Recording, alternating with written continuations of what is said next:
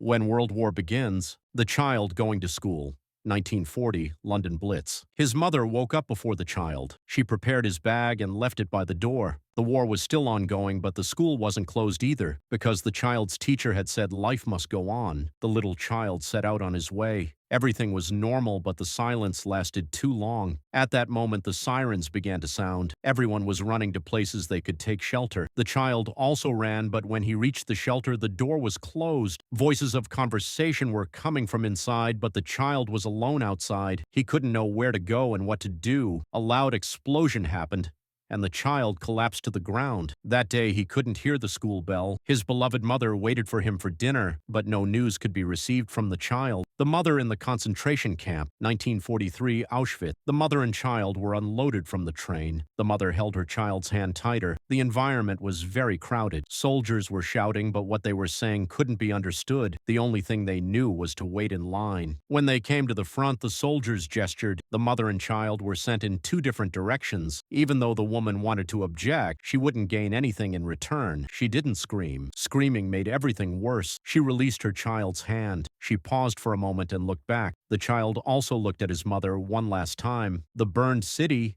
1945, Dresden.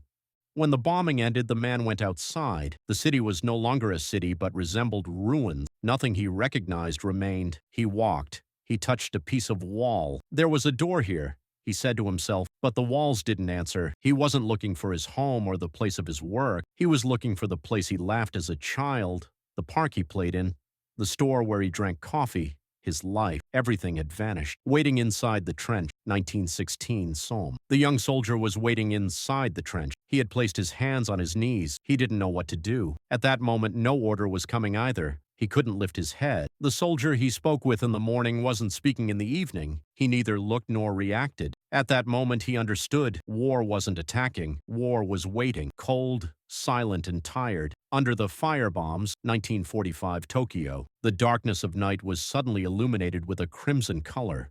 This wasn't sunrise. There was a very large fire in the village with wooden houses. The mother took her child in her arms, went outside. People were running around not knowing what to do. The air was very hot. They were having difficulty breathing. They reached a river. The mother wrapped her child tighter. When morning came, they faced reality. Only ash remained from the big village. The prisoner march, 1942, Baton. The captured soldiers had been walking for days. No one could feel their feet. Even if tired, they couldn't stop, because stopping meant dying. The sun was overhead. It was scorching everywhere. The soldier's steps slowed at one point. He looked at his friend beside him. He wanted to say something, but his voice didn't come out. He fell. He couldn't get up. Those coming from behind, however, continued walking. The soldier who couldn't return home, Europe.